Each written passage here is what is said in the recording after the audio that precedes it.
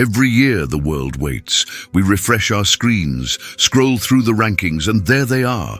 The names we've come to worship as modern gods: Elon Musk, Jeff Bezos, Bernard Arnault. The Forbes billionaires list: 200 billion here, 300 billion there. We count their yachts, their rocket ships, their divorces. We watch them fight on social media like children in a sandbox made of gold. And we believe, truly believe, that we are witnessing the summit of wealth. But what if I told you that this list, this annual ritual of financial voyeurism, is nothing more than theater, a distraction, a glittering curtain hiding something far older, far deeper, far more sophisticated than anything a tech entrepreneur could build in a single lifetime? These men on the Forbes list, they are the loud money, the new money, the money that tweets, that builds glass towers with their names in capital letters, that needs you to know they exist. But real wealth, real power, it doesn't announce itself, it doesn't need to. It has already won centuries ago. There exists a form of wealth so vast, so intricately woven into the fabric of global finance, that it has become invisible, not because it's hidden in some conspiracy theorist's fever dream, but because it has evolved beyond the need for public validation. This wealth doesn't sit in a bank account, it sits in central banks. It doesn't own companies. It is the architecture that decides which companies live or die, and it carries a name that has been whispered in the corridors of power for more than 2.5 centuries. Rothschild, not a family, an empire, not a business, a system, a dynasty that shaped the modern world so completely that we can no longer see where their influence ends and reality begins. While Bezos argues with journalists on Twitter and Musk launches cars into space for publicity, the Rothschilds haven't needed to prove anything to anyone since your great-great-great-grandparents were born. Their wealth doesn't appear on lists because they don't fill out the surveys. Their power doesn't trend on social media because it was embedded into the financial system before electricity existed. We are about to open the archives of the most secretive dynasty on Earth. We're going to trace their rise from a ghetto in Frankfurt to the palaces of European power. We're going to explore how 5 brothers created the first multinational corporation, how they financed wars and revolutions, how they built a network so sophisticated that it still influences global finance today. Before we step into their world, make sure you are subscribed, because this journey goes deeper than anything you've seen on this platform. And I want to know, from which city are you watching this story unfold? Comment your city below. I want to see how far this tale reaches across the globe. Now, let's travel back to Frankfurt, 1744.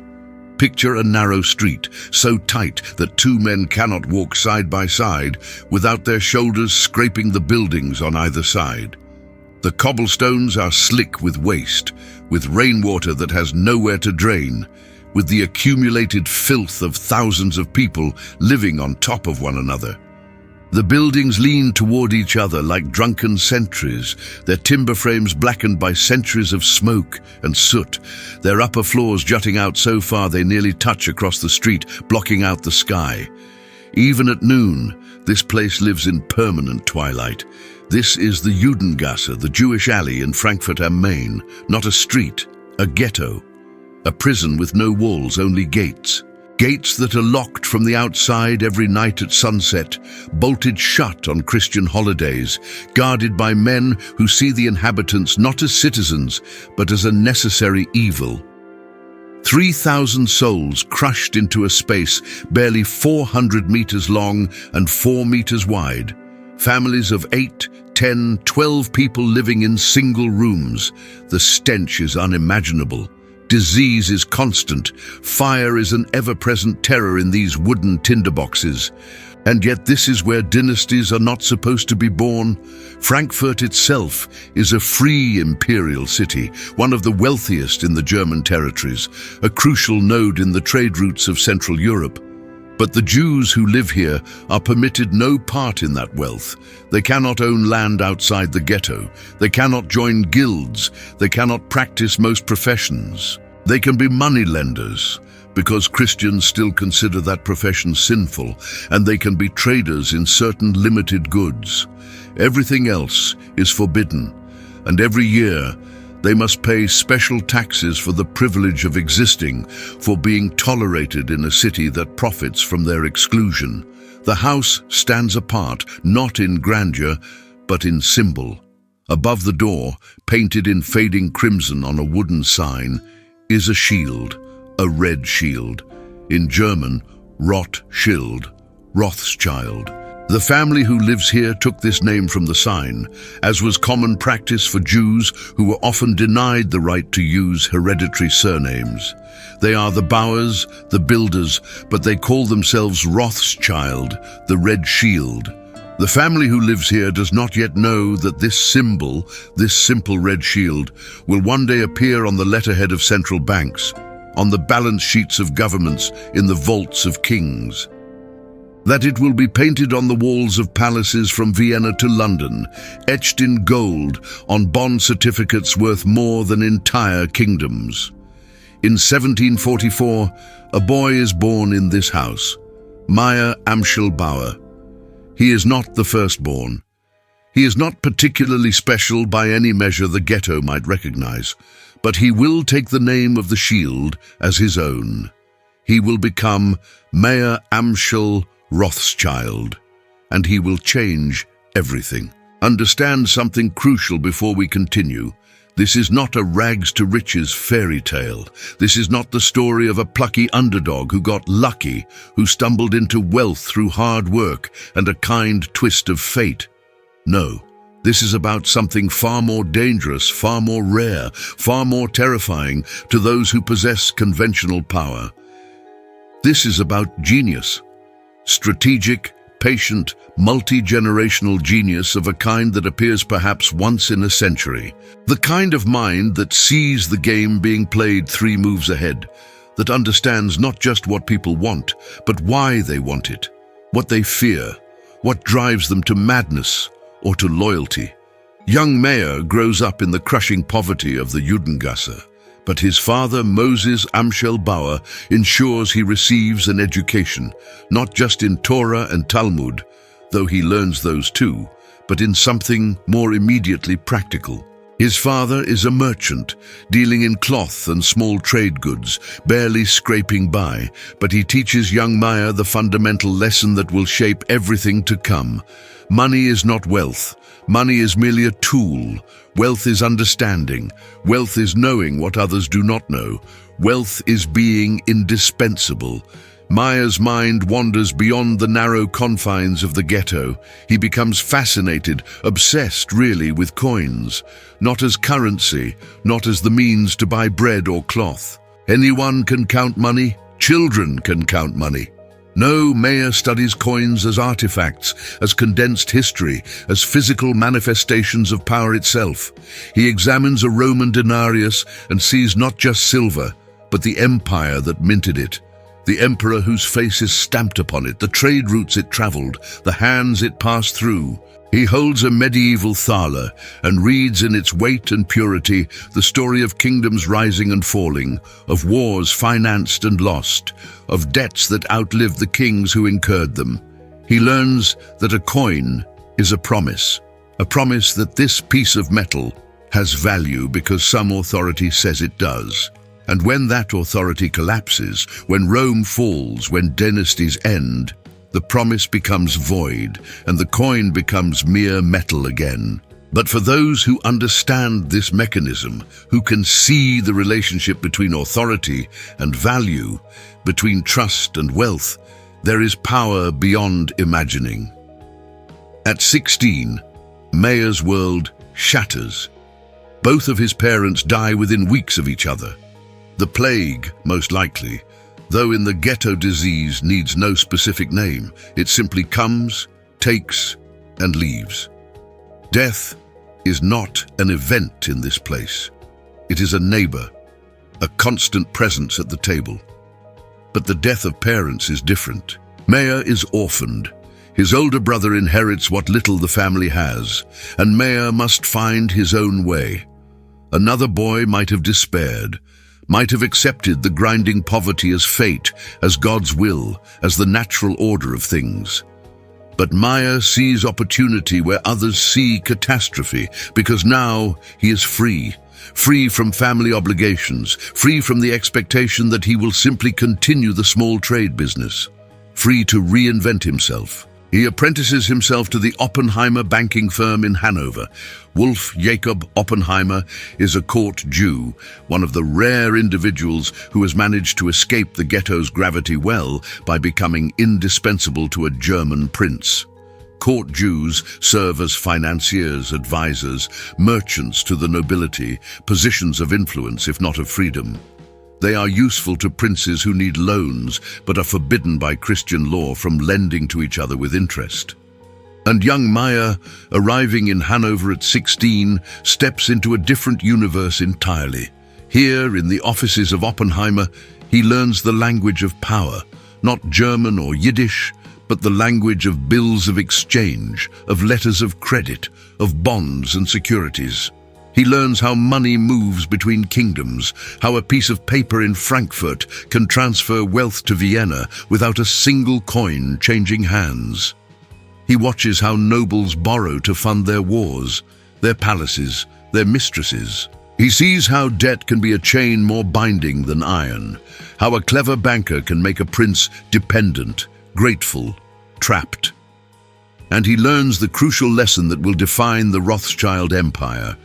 Princes and kings may have armies, may have the power of law and life and death, but they are fundamentally weak. They need constant infusions of money. They wage wars they cannot afford. They build monuments to their own glory that bankrupts their treasuries. They are, in the end, desperate. And desperation is the most valuable commodity in the world.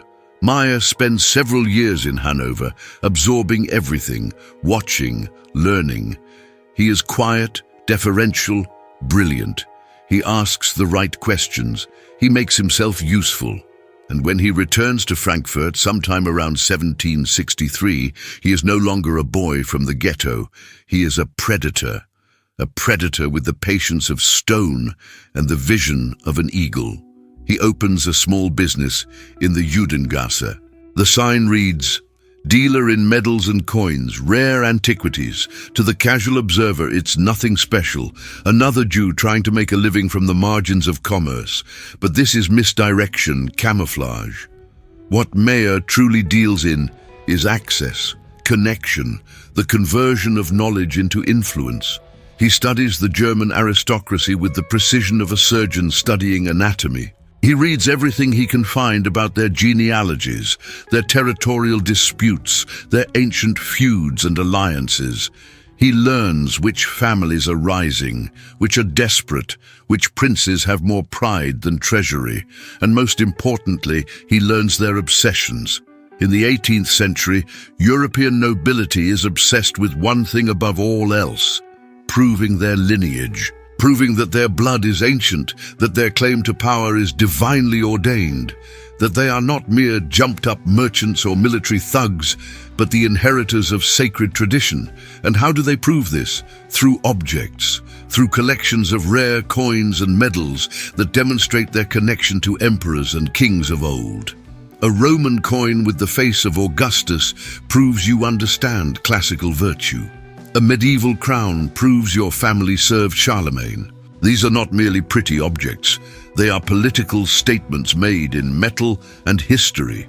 Mayer provides. He develops an uncanny ability to source the unsourceable. A prince mentions casually that he wishes he had a coin from the reign of Justinian. 3 weeks later, Mayer presents it, authenticated, priced fairly. A duke is obsessed with medieval German states. Mayer produces a collection of thalers that tells the story of the Holy Roman Empire in silver. He is not just selling coins. He is selling identity. He is selling the aristocracy's vision of itself, and with each transaction, he builds something more valuable than wealth. He builds relationships, trust. The sense that this Jew from the ghetto, this Mayer Amschel Rothschild, is not like the others. He is cultured, he is discreet, he is reliable. He knows more about their own history than they do. He is, in a word, indispensable. His primary target crystallizes Prince William of Hanau, one of the wealthiest men in Europe. William's fortune is built on the most lucrative and morally bankrupt business of the 18th century, renting soldiers. Hessian mercenaries, the prince owns, quite literally, an army, not to defend his small territory, but to lease to other powers. The British Crown, fighting to suppress rebellion in the American colonies, will pay enormous sums for these professional soldiers. Thousands of men rented out like cattle, sent to die in wars that are not their own, while Prince William collects blood money and invests it at compound interest. The prince is not a good man. He is vain, petty, obsessed with his coin collection to the point of mania. He haggles over the price of a medal while men die in his name across the Atlantic. But Mayer does not need him to be good. Mayer needs him to be rich. And more importantly, Mayer needs him to trust. Mayer does not approach the prince directly. That would be crude, obvious, doomed to failure. A Jew from the ghetto demanding an audience with a prince? Laughable. Instead, Mayer targets the network around William. He befriends the prince's advisors, his treasurers, his fellow collectors. He offers rare pieces at prices that are fair, sometimes even generous. He provides expert authentication when disputes arise. He becomes known in court circles as the man who can find anything, who knows everything, who never cheats, never lies, never fails to deliver. And then, carefully, through intermediaries, he is introduced to Prince William himself. The year is 1769. Mayer is 25 years old. The prince examines him with the casual contempt the aristocracy reserves for useful inferiors. And Mayer bows, presents a rare coin for the prince's collection, a gift not for sale, and begins to weave the web that will change history. The prince is delighted. Here is a man who understands his passion, who speaks to him not as a subject groveling for favor, but as one collector to another, who can explain the historical significance of a Byzantine solidus or debate the authenticity of a Carolingian denier. The prince begins to invite Mayer to private viewings of his collection. He begins to rely on Mayer's expertise, and then, slowly, inevitably, he begins to trust Mayer with something more valuable than coins, money. This is the moment, the hinge upon which everything turns, because Prince William, for all his wealth, faces the same problem as every aristocrat in Europe. He has money, but he needs it to make more money. He cannot simply bury it in a vault. Inflation will eat it. Idle capital is dying capital. He needs investment opportunities, loans that will pay interest, ventures that will multiply his fortune. And in Mayer Amschel Rothschild, he finds a man who can do this. Mayer does not simply accept the prince's money and promise returns. He multiplies it through a network of contacts he has spent years cultivating, loans to other nobles, investments in trade ventures, careful placements in the complex web of European finance, and he never, ever steals. This is critical. In an era when Jewish moneylenders are despised, blamed for every economic misfortune, turned into scapegoats whenever a Christian borrower cannot pay his debts, Mayer understands that his greatest asset, perhaps his only real asset, is trust. One breach, one hint of dishonesty, and the entire edifice collapses. The prince could have him expelled, imprisoned, killed. No one would care. No one would ask questions. A Jew who stole from a prince? The expected outcome would be a public execution. So Mayer is honest, ruthlessly, strategically honest. He delivers returns that exceed expectations. He is transparent with accounts, always ready to explain every transaction. He becomes not just trusted, but indispensable. And the prince's wealth grows. which means Mayer's influence grows, which means more opportunities, more connections, more access to the inner workings of European power. But here is where the story transcends the individual. Because Mayer Amschel Rothschild, working from a house in a ghetto, understands something that no banker before him has fully grasped. Wealth that stays in one place dies. A single bank, no matter how successful, is vulnerable. A revolution can destroy it. A war can burn it down. An angry king can seize its assets on a whim. History is littered with the corpses of wealthy men who put all their gold in one vault and woke up to find the vault empty, their heads on pikes. But a network is immortal. A network can survive the fall of kingdoms because it exists in multiple kingdoms simultaneously. A network can survive the death of its founder because it is distributed across multiple heirs. A network, if properly constructed, becomes self-sustaining, self-replicating, unkillable. Mayer marries Gutella Schnapper in 1770. She is the daughter of a respected merchant family, practical, intelligent, fertile. They will have 19 children together over the course of their marriage. 10 will survive to adulthood, a remarkable rate in an era when child mortality is crushing. And of those 10, 5 will be sons: Amschel, Salomon, Nathan, Kalman, Jacob. These names mean nothing yet, but they will become the 5 pillars of an empire, the 5 arrows that will pierce the heart of European finance and never be removed. Mayer raises his sons differently than other fathers in the ghetto. He does not apprentice them to random trades. He does not send them away to learn generic skills. From the earliest age, he trains them in the family business, yes, but more importantly, he trains them to think as he thinks, to see the world not as it is, but as it could be. To understand that money is merely frozen trust, and trust is built through reliability, through information, through being in the right place at the right moment with the right solution. He teaches them languages: German, French, English, Italian, not just to speak, but to think in these languages, to understand the different financial systems and legal codes of different nations. He teaches them discretion. A Rothschild never brags, never shows off, never draws unnecessary attention. He teaches them loyalty to each other, to the family above all else. The brothers may compete, may argue in private, but to the outside world they must always present a united front. A network fails when its nodes stop communicating, stop trusting each other. And most importantly, he teaches them the fundamental asymmetry that governs the world. Information travels slowly, but money can move fast if you know where to send it.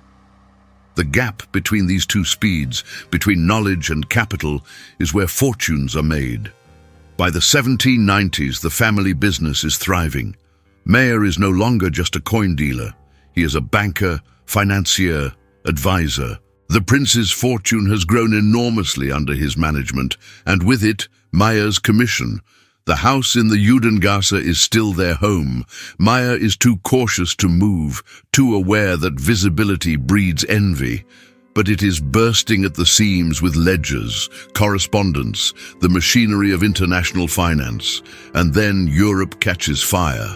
The French Revolution erupts in 1789, and within a few years, the entire continental order collapses. The king is executed. The aristocracy flees or dies. Revolutionary armies surge across borders, carrying the promise of liberty, equality, fraternity, and the reality of conquest, plunder, chaos. The Holy Roman Empire, that ancient and absurd patchwork of territories and titles, begins its final death spiral, and from the ashes of the old world, a new power emerges: Napoleon Bonaparte. For most people, this is a time of terror. Fortunes are confiscated, borders are redrawn, kingdoms that existed for centuries vanish overnight. But for Mayer Amschel Rothschild, this is opportunity. Because chaos is simply another name for changing conditions. and those who can adapt to changing conditions faster than others, who can move money across borders that are shifting daily, who can predict which generals will win and which will lose, those people become indispensable to everyone. The old aristocracy needs somewhere to hide their wealth. The new regimes need loans to fund their wars. Merchants need credit lines that can function across a continent at war. And Mayer, watching from Frankfurt, realizes that the system he has been building, slowly, carefully, across decades, is perfectly designed for this moment. But he is getting old. He is in his 50s now, an ancient age in the 18th century. His hands shake. His vision is failing. He cannot expand the business himself. And this is when the plan, the grand, audacious, terrifying plan, fully crystallizes in his mind. He will send his sons out into the world, not randomly, not to wherever opportunity seems brightest, but strategically. Each son to a different financial capital, each son to establish a branch of the family bank, each son connected to the others through blood, through trust, through coded correspondence that no government can intercept or understand. 5 cities, 5 financial centers that together control the flow of European capital. Frankfurt, where Amschel will remain, managing the original branch and maintaining the crucial relationship with Prince William. Vienna, seat of the Habsburg Empire, where Salomon will embed himself in the most ancient and rigid aristocracy in Europe. London, the emerging giant of global commerce, where Nathan will build a financial fortress. Naples, gateway to the Mediterranean and the Italian states, where Kalman, who will adopt the more Italianate name Karl, will establish dominance. And Paris, the cultural and political center of Europe, where Jacob, who will become James, will position himself at the heart of French finance. This is not business expansion as anyone has conceived it before. This is the creation of the first truly multinational corporation, decades before the Industrial Revolution, decades before telegraph lines or railroads, or any of the technology that will later make such operations routine. The Rothschilds will pioneer the concept through pure organizational genius and family loyalty. The symbol they will use is fitting: 5 arrows held together in a bundle, unbreakable. The imagery comes from an old fable. A father shows his sons that a single arrow can be easily snapped, but 5 arrows bound together cannot be broken. Divide and you fail. Unite and you are invincible. Nathan is the first to leave. He is the 3rd son, born in 1777, and from early childhood it is clear he is different from his brothers, more aggressive, more ambitious, less patient with the slow, careful accumulation of trust that his father preaches. Nathan wants to conquer, not cultivate. And Mayer, recognizing both the danger and the potential in this temperament, sends him to England. Nathan arrives in Manchester in 1798, just 21 years old, with a small stake of capital from his father and instructions to establish a textile trading business. Manchester is the beating heart of the Industrial Revolution, where cotton from British colonies is transformed into cloth that clothes the world. It's loud, filthy, brutal. A city where fortunes are made and lost in months, where factory owners work their laborers to death and die rich, where the air is so thick with coal smoke that snow falls black. Nathan hates it. Not the brutality. He has no particular sympathy for the workers coughing their lungs out in the mills, but he hates the slowness of textile trading. You buy raw cotton, you sell finished cloth, you wait for ships, for payments, for the grinding mechanical process of commerce. It's predictable, it's boring. It makes money, yes, but it doesn't make power. What Nathan understands, almost instinctively, is that the real wealth in England is not in Manchester. It's in London, in the Bank of England, in the government bond market, in the financial mechanisms that fund the British Empire's expansion across a quarter of the globe. Textiles are a means to an end. They give him capital, connections, legitimacy. But his eyes are always looking south, toward the City of London, toward the real game.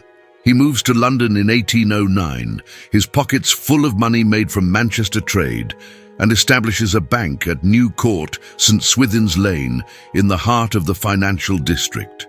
The address will become legendary, as famous in financial circles as 10 Downing Street is in political ones. And Nathan, now 32 years old, hardened by a decade of ruthless commerce, begins to hunt. The Napoleonic Wars are tearing Europe apart. Britain, having barely survived the threat of French invasion, is now engaged in a decade-long struggle for survival against the greatest military genius of the age. Napoleon has conquered most of continental Europe. The Third Coalition has fallen. Austria has been humiliated. Prussia has been crushed. Russia wavers between alliance and enmity. Only Britain stands defiant, protected by the Channel and the Royal Navy. But wars cost money. Unimaginable, staggering amounts of money.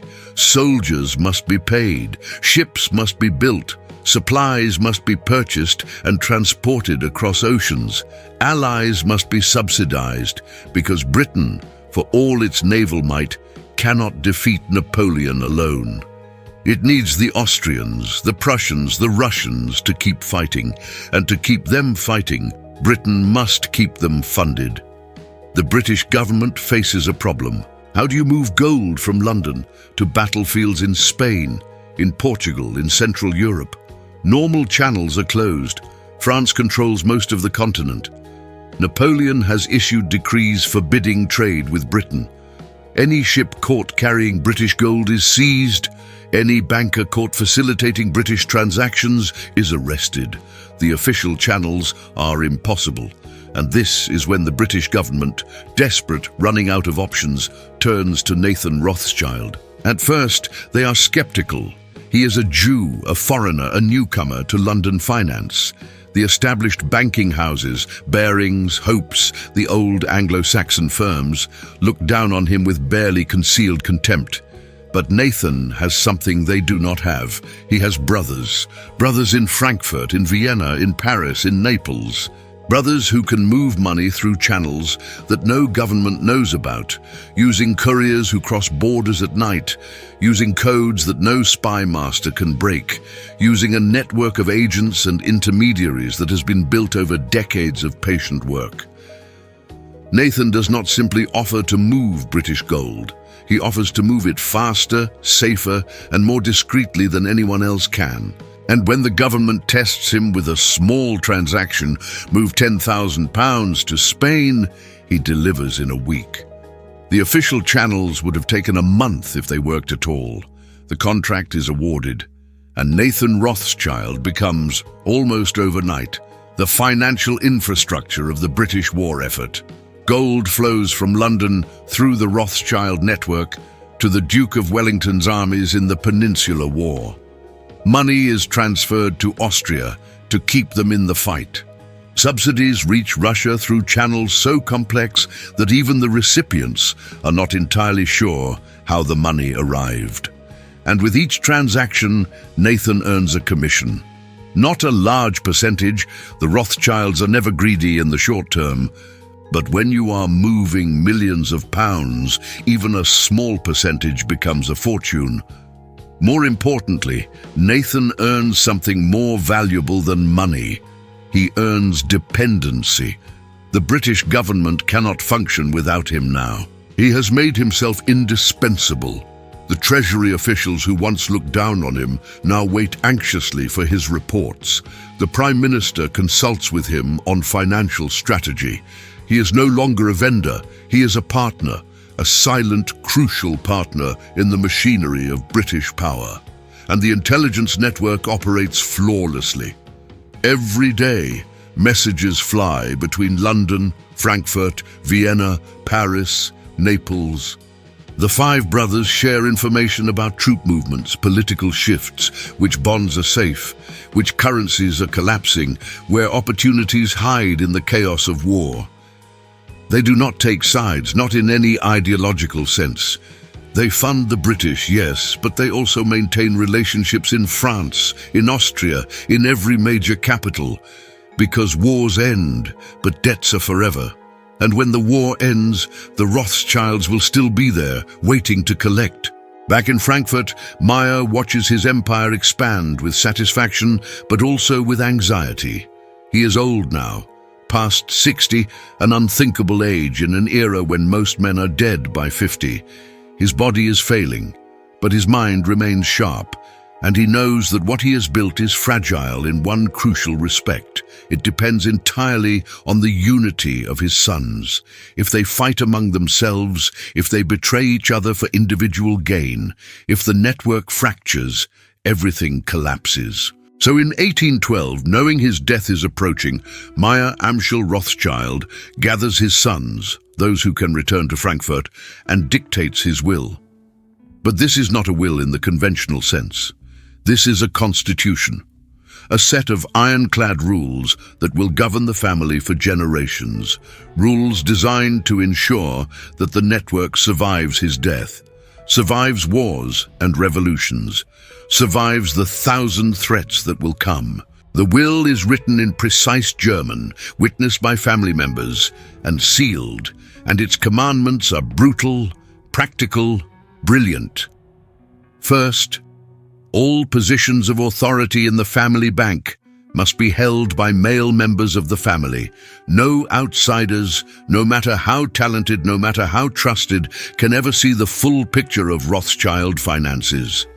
Daughters receive dowries, but no control. This is not cruelty, or not merely cruelty. It is security. Every person outside the bloodline is a potential leak, a potential betrayal. In the 18th century, women marry out of their families. They owe loyalty to their husbands. Mayer cannot risk his empire's secrets flowing to rival banking houses through marriage beds. Modern readers may recoil at this, and they should, but Mayer is not building a democracy. He is building a machine designed to survive in a world of aristocratic power politics, and machines must eliminate variables. Second, marriages should be made within the family whenever possible. Cousins to cousins preferred. Keep the bloodline concentrated. Keep the secrets within the innermost circle. Over the next century, the Rothschilds will intermarry to a degree that borders on the obsessive. Brothers will marry the daughters of other brothers. Cousins will wed cousins. The gene pool will narrow dangerously. By the late 19th century, genetic illness will plague the family, but the security will hold. No Rothschild wife will whisper secrets to an outsider's pillow because there are no outsiders. Third, all major decisions affecting the family business must be made collectively, with the agreement of all the brothers. No single branch can act independently on matters that affect the whole. This forces cooperation. It prevents any one brother from seizing control, from subordinating the others to his ambition. It ensures that the network thinks with 5 brains instead of 1. The disadvantage is slowness. Collective decision-making is always slower than dictatorship, but the advantage is stability. If one brother dies, if one branch fails, the others continue. The organism survives the death of individual cells. Fourth, the accounts must remain absolutely secret.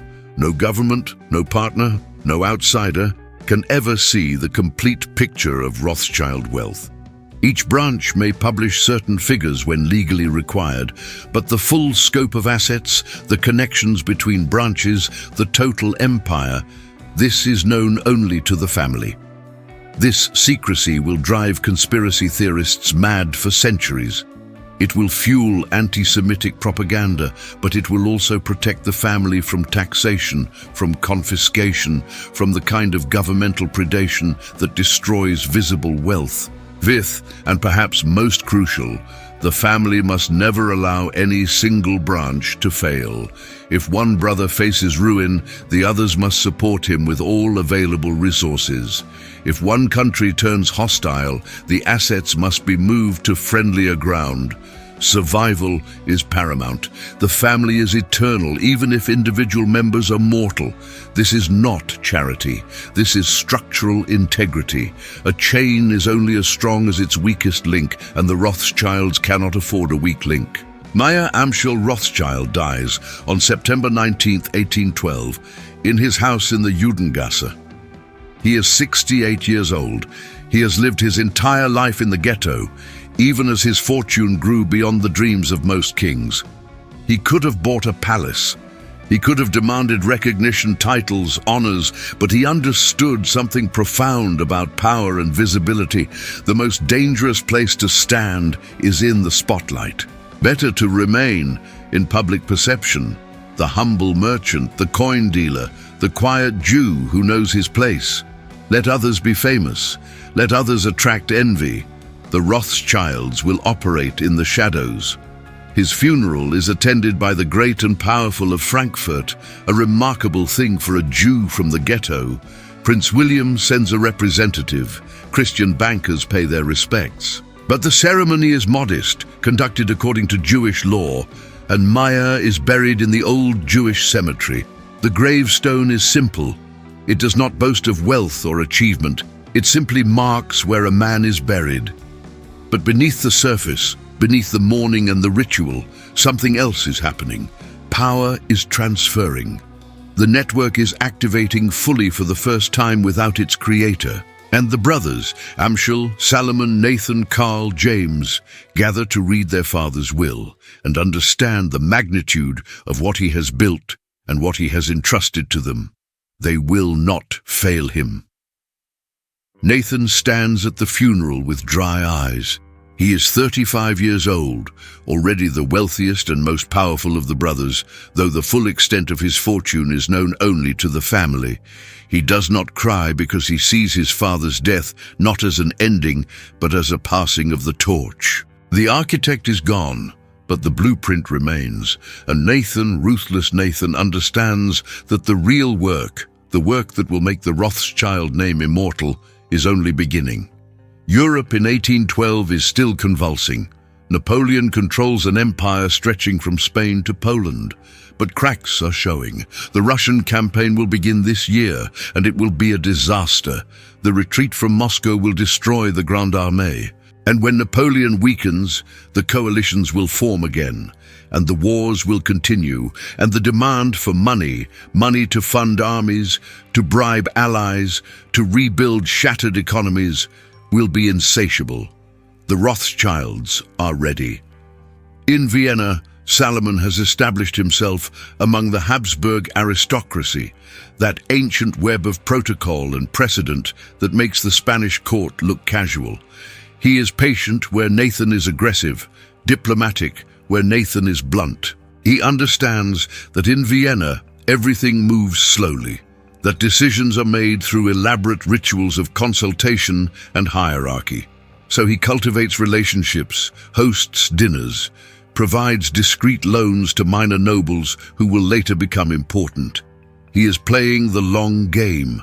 In Paris, James, the youngest brother, born in 1792, barely 20 years old, is establishing the French branch. This is perhaps the most dangerous posting. France is the heart of Napoleon's empire, but it is also politically unstable.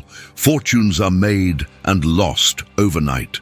Revolutionaries become aristocrats, become exiles, become corpses. James must navigate this chaos with extraordinary care.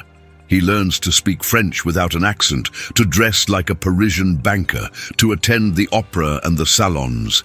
He makes himself as French as any Rothschild can be while remaining always a Rothschild first. In Naples, Karl manages the southern strategy. Naples is crucial because it controls access to the Mediterranean, to the trade routes with the Ottoman Empire and North Africa. It is also chronically unstable, fought over by the French, the Austrians, the Spanish, local dynasties. Karl must be adaptable, ready to shift allegiances as governments change, always ensuring that the Rothschild branch survives regardless of who sits on the throne. And in Frankfurt, Amschel, the eldest, the most conservative, maintains the home base and manages the increasingly complex relationship with Prince William, whose fortune is now so entangled with Rothschild management that the two are effectively inseparable. The network is operational. 5 nodes, 5 brothers connected by trust and blood, and a communication system so fast and efficient that it gives them an almost supernatural advantage over every other financial house in Europe. And then comes Waterloo. It is June 1815. Napoleon has escaped from Elba, has reclaimed France in a bloodless coup, has raised a new army, and marched north to face the 7th Coalition. Everything depends on the battle that is about to be fought in Belgium. If Napoleon wins, France will dominate Europe for another generation. If he loses, the old order will be restored, and the financial arrangements of the continent will shift entirely. Nathan Rothschild in London knows this. Every banker in Europe knows this. But knowing that the battle is crucial is not the same as knowing the outcome. And in 1815, news travels slowly. It could take days for word of a battle to reach London from Belgium. Days during which the market will be paralyzed by uncertainty, during which anyone with advance information could make or lose a fortune. Nathan has prepared for this. He has agents in Brussels, tracking Wellington's movements. He has courier routes established, horses stationed at intervals, boats ready to cross the channel regardless of weather. The Rothschild network has been built for exactly this moment, to know first. The battle rages on June 18th, 1815, Waterloo. 9 hours of slaughter. At one point it seems Napoleon will win. The French cavalry smashes into the British squares again and again. Men are cut down by the thousands. Wellington's line bends but does not break. And then, late in the afternoon, Prussian forces arrive under Marshal Blücher. The French flank collapses. Napoleon's last gamble fails. By evening, the French army is in full retreat. A Rothschild agent witnesses the end. He does not wait for official confirmation. He rides hard through the night, reaching the coast in record time. The channel is rough, but the boat crosses anyway. Rothschild couriers are paid enough to risk their lives. By the evening of June 19th, the message reaches London. Nathan Rothschild knows the outcome of Waterloo before the British government knows, before the market knows, before anyone knows. And this is the moment that will define the Rothschild legend. What happens next has been told and retold so many times that fact and myth have become inseparable. The legend says that Nathan went to the London Stock Exchange the next morning, June 20th, and stood in his usual spot with a face of stone. Without saying a word, he began to sell British government bonds, consols, large quantities, and the other traders, watching Rothschild, who always knows, who always has the best information, concluded that Wellington must have lost, that Napoleon had won, that Britain was finished. Panic spread like wildfire. Everyone began to sell. Prices collapsed. And while Nathan's agents were publicly selling, other Rothschild agents, quiet men positioned in different parts of London, were buying everything at catastrophically low prices. When the official news arrived on June 21st, Wellington victorious, Napoleon defeated, the market exploded upward, and Nathan Rothschild had, in the space of 2 days, multiplied his fortune beyond calculation. When the official news arrived on June 21st, Wellington victorious, Napoleon defeated, the market exploded upward, and Nathan Rothschild had, in the space of 2 days, acquired a controlling interest in the British national debt. Bonds that were worth pennies on Monday were worth pounds on Wednesday. The exact figures will never be known. The Rothschilds don't publish their accounts, but estimates suggest Nathan made anywhere from 20 million to 100 million pounds in modern equivalent value in a single trade, based on knowing the outcome of a battle one day before everyone else. Did it happen exactly like this? Almost certainly not with such cinematic precision. The historical record is murky. Nathan himself never confirmed the story. His descendants have alternately denied it and remained silent, but something like it happened. The Rothschilds did profit enormously from Waterloo. Nathan's fortune did multiply dramatically in the weeks following the battle, and the legend, true or exaggerated, became part of their mystique. The family that knew before governments knew, the family that could move faster than history itself. What is undeniable is this. After Waterloo, Nathan Rothschild is the most powerful private financier in the world. And the British government, victorious but bankrupt from decades of war, is deeply, irrevocably in debt to him. He is no longer a useful contractor. He's a partner in empire. When Britain needs to raise money for reconstruction, for paying off wartime debts, for maintaining its new position as the dominant global power, it turns to Nathan. He manages bond issues worth tens of millions of pounds. He sets interest rates that affect entire economies. He has more liquid capital than most nations. And through him, through the network of 5 brothers, the Rothschilds have their hands on the financial levers of Europe. In the decades that follow, the brothers consolidate their power with terrifying efficiency. They finance the reconstruction of Europe after the Napoleonic Wars. They provide the loans that allow governments to function. They become the invisible infrastructure beneath the visible politics. In Vienna, Salomon lends money to the Habsburg Emperor and to Prince Metternich, the architect of the post-Napoleonic order. In return, he receives something unprecedented, a hereditary title. The Rothschilds are made barons of the Austrian Empire, Jews granted noble status. It is almost unthinkable, but Metternich understands reality. He needs Rothschild money more than he needs ideological purity. In France, James finances the restored Bourbon monarchy, and then, when the Bourbons fall in 1830, smoothly transitions to financing the July monarchy of Louis Philippe. Governments change, ideologies shift, but the Rothschilds remain. They are the constant beneath the variables. They build railroads. This is crucial. In the 1830s and 1840s, as the Industrial Revolution accelerates, railroads become the largest capital projects in human history. Miles of track, thousands of workers, locomotives, stations, the complete reorganization of space and time, and all of it requires money, staggering amounts of money. The Rothschilds finance railroad construction across Europe, in France, in Austria, in the German states. They don't just lend money, they take equity stakes, they sit on boards, they control, quite literally, the speed at which Europe modernizes. They finance governments, but also revolutions. When Belgium breaks away from the Netherlands in 1830, the Rothschilds provide the loans that allow the new nation to function. When Italy begins its slow, bloody unification in the 1850s, Rothschild money flows to both sides. They are not ideologues, they are financiers. Their job is not to pick winners, but to ensure they profit regardless of outcome. And always, the intelligence network operates. Information flows between the 5 branches faster than any government courier service. Stock prices in London affect decisions in Vienna. Political movements in Paris are reported to Frankfurt within days. The brothers meet periodically to coordinate strategy, to pool information, to ensure the network remains aligned. They speak in coded letters, using family ciphers that will not be broken for generations.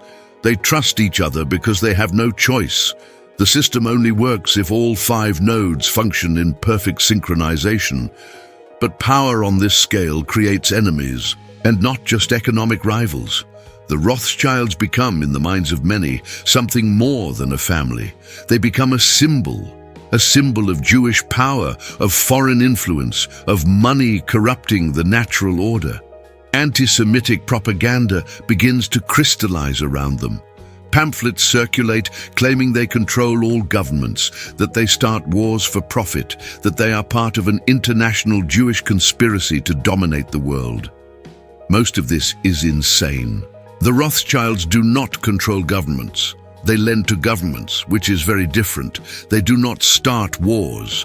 Wars are started by kings and emperors and nationalists. The Rothschilds simply profit from the chaos that others create. But the distinction is lost on those looking for scapegoats. The family becomes a lightning rod for every economic anxiety, every nationalist resentment, every anti-Semitic fantasy in Europe. And the Rothschilds respond not with public relations campaigns or denials, but with silence. They do not explain themselves. They do not justify their wealth. They simply continue to operate, continue to grow, continue to embed themselves deeper into the machinery of power. By the mid-19th century, the family's wealth is genuinely difficult to comprehend. They own palaces in every major capital. They collect art on a scale that rivals museums. They fund scientific research, charitable institutions, synagogues. Baron Lionel de Rothschild, Nathan's son, becomes the first Jewish member of the British Parliament, though he must wait years to take his seat because he refuses to swear the Christian oath. When he finally sits, it is a symbolic victory not just for him, but for every Jew in Britain. The French Rothschilds buy vineyards. Chateau Lafite Rothschild, Chateau Mouton Rothschild, wines that will become synonymous with luxury for the next 2 centuries. The Austrian Rothschilds build estates that dwarf royal palaces. The Waddesdon Manor in England, built by Baron Ferdinand, contains more treasures than most national collections. But beneath the visible splendor, the core business continues. Bonds, loans, currency exchange, commodity trading. The Rothschilds finance the Suez Canal, that extraordinary feat of engineering that will redraw global trade routes. They lend to the Papal States, to the Vatican itself. They finance mining operations in Africa and South America. Anywhere money flows, the Rothschilds have a presence, and they adapt. As new banking houses rise, JP Morgan in America, Deutsche Bank in Germany, the Rothschilds do not try to crush them. They co-invest, they form syndicates. They understand that the world is growing larger, that no single family can control everything, but that a well-positioned family can maintain influence by being indispensable rather than dominant. The 20th century will test them in ways Mayer Amschel could never have imagined. World wars, revolutions, the rise of ideologies, fascism, communism that view private banking as an enemy. The Holocaust will devastate the Austrian and French branches. Estates will be seized. Family members will flee or die. The network will fracture in ways it never did through the entire 19th century. But even diminished, even forced to reinvent themselves for the modern age, the Rothschilds will survive. Today, they are no longer the dominant force in global finance. That title belongs to massive investment banks, to sovereign wealth funds, to new money from tech and oil. But they remain boutique banks, private wealth management, art collections, wine, charitable foundations, a dynasty that has learned the ultimate lesson of survival: adapt or die. And their wealth, no one knows. Not really. Because the 5th rule of Mayer Amschel's will still holds. The accounts remain secret. Forbes doesn't list the Rothschilds because the Rothschilds don't participate in the survey. Estimates range wildly, from a few billion to over $1 trillion when you account for all branches, all investments, all the hidden assets accumulated over 2.5 centuries. But here's what we know with certainty. They built the template. The multinational corporation, the intelligence network, the understanding that information is more valuable than gold, the patience to think in generations rather than quarters. Every modern banking house, every global conglomerate, every tech company with offices in 5 continents is following, consciously or not, the blueprint that Mayer Amschel Rothschild sketched in a ghetto in Frankfurt in the late 18th century. Elon Musk will die, and his fortune will be divided among heirs who may squander it. Jeff Bezos will age, and Amazon may decline. Bernard Arnault's luxury empire may fall out of fashion. These are fortunes built in decades. Impressive, certainly. Enormous, undoubtedly, but temporary. The Rothschilds have endured for 250 years, through revolutions and world wars, through the collapse of monarchies and the rise of democracies, through the gold standard and fiat currency, through horse-drawn carriages and fiber-optic cables. And they have endured not because they were the loudest, or the flashiest, or the most visible, but because they understood the one thing that loud money never learns. Real power doesn't need to announce itself. It simply is.